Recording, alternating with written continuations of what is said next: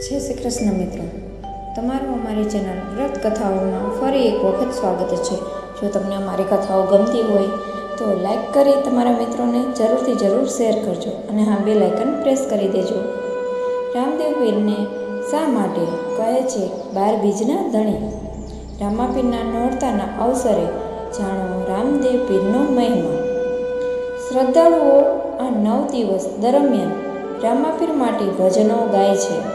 કેટલાક લોકો ઉપવાસ પણ રાખે છે તો ઘણા રામદેવ પીરને લીલા નેજા અને લીલા ઘોડા ચડાવી આભાર વ્યક્ત કરે છે। તો આજ નવરાત્રિ દરમિયાન આવતી ભાદરવા સુદ બીજ એ રામદેવ પીરનો જન્મદિવસ મનાય છે। દુખિયાના બેલી રામદેવ પીર એટલે તો 12 બીજના ધણી, અને આ ધણીની વંદનાનો શ્રેષ્ઠ અવસર એટલે તેમના નોરતા। ભાદરવા સુદ એકમથી ભાદરવા સુદ નોમ સુધી રામદેવ પીરના નોરતાની ઉજવણી થતી હોય છે। સમગ્ર ભારતમાં જ્યાં રામાપીરના ભક્તો છે તેઓ હર્ષથી આ ઉત્સવને ઉજવે છે। અવિવેશ તો ગુજરાત અને રાજસ્થાનમાં રામદેવ પીરનો મહિમા અને તેમના અનુયાયીઓની સંખ્યા વધુ છે। શ્રદ્ધાળુઓ આ 9 દિવસ દરમિયાન રામાપીર માટે ભજનો ગાય છે। કેટલાક લોકો ઉપવાસ પણ રાખે છે તો ઘણા લોકો રામદેવ પીરને લીલા નેજા અને લીલા ઘોડા ચડાવી આભાર વ્યક્ત કરે છે। તો આ નવરાત્રિ દરમિયાન આવતી ભાદરવા સુદ બીજ એ રામદેવ પીરનો જન્મદિવસ મનાય છે, અને એટલે જ શ્રદ્ધાળુઓને મન આ અવસરનો વિશેષ મહિમા છે। ત્યારે આવો આજે આપણે પણ રામાપીરનો મહિમા જાણીએ। રામદેવ પીરને ભક્તો રામદેવ પીર તેમજ રામાપીર કહીને પણ સંબોધે છે।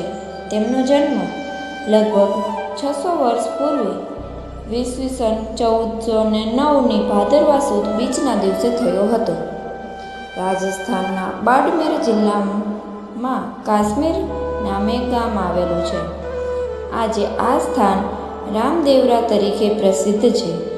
કહે છે કે ત્યાં માતા મિનળ દેવી અને પિતા અજમલરાયને ત્યાં સ્વયં દ્વારકાધીશે પુત્ર રૂપે પ્રાગટ્ય કર્યું હતું। અજમલરાય મહાદેવના પરમ ભક્ત અને પોકરણના રાજવી હતા। તેમને કોઈ સંતાન ન હોય તેઓ કાશી વિશ્વનાથના દર્શને ગયા, જ્યાં તેમની ભક્તિથી પ્રસન્ન થઈ શિવજી તેમના સપનામાં આવ્યા અને તેમની મનોકામના પૂર્તિ માટે દ્વારિકા જવા નિર્દેશ કર્યો। અજમલરાય પત્ની મિનળ દેવી સાથે દ્વારકાધીશને ધામ પહોંચ્યા।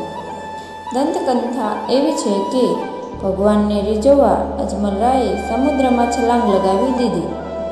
સમુદ્રની અંદર રહેલી પ્રાચીન બેટ દ્વારકામાં તેમને સાક્ષાત શ્રી હરિના દર્શન થયા। અજમલજીએ તો દ્વારકાધીશને જ પુત્ર તરીકે પામવાની ઈચ્છા વ્યક્ત કરી દીધી, અને ત્યારે દ્વારકાધીશે અજમલજીના બીજા પુત્રના રૂપમાં જન્મ લેવાનું વચન આપ્યું, અને પછી વીરમદેવ બાદ રામદેવ તરીકે રાણી મિનળ દેવની કુખે સ્વયં શ્રી હરિનું અવતરણ થયું। એક માન્યતા મુજબ રામદેવ પીરનું પ્રાગટ્ય થયું ત્યારે ખંડમાં કંકુના પગલાં પડ્યા હતા। એવું પણ કહે છે કે સ્વયં ભોળાનાથ પણ રામદેવ પીરના દર્શને આવ્યા હતા, અને તેમણે જ રામદેવજીને ભમ્મર, ભાલો, ગુગળ, ધૂપ, ભસ્મ, ઘોડી, ધર્મધજા અને આદિપંથને અલખની જોડી ભેટ આપેલ। જેમ જેમ રામાપીર મોટા થતા ગયા તેમ તેમ તેમના અનેક પરચાર લોકોને મળવા લાગ્યા। એક કથા અનુસાર 12 સંપ્રદાયના ધર્મગુરુઓએ રામાપીરનો મહિમા જાણી તેમની કસોટી લીધી અને એક જ સમયે પોતાને ત્યાં પાટમાં પધારવા આમંત્રણ આપ્યું। રામાપીરે 12 સ્થાન પર એક જ દિવસે અને એક જ સમયે હાજર રહી તેમનો પરચો પૂર્યો। 12 ધર્મગુરુઓએ સભા બોલાવી, રામાપીરનો જય જયકાર કર્યો અને 12 બીજના ધણીનું નામ આપ્યું। ઉલ્લેખનીય છે કે દર માસની સુદ પક્ષની બીજ રામાપીરને સમર્પિત છે। અને આ દિવસે તેમના દર્શનનો, તેમના ભજનોનો વિશેષ મહત્ત્વ છે. તો તમને આ કથા ગમી હોય તો તમારા મિત્રો સાથે શેર કરજો અને અમારી ચેનલ સબસ્ક્રાઈબ કરી દેજો. જય રામાપીર.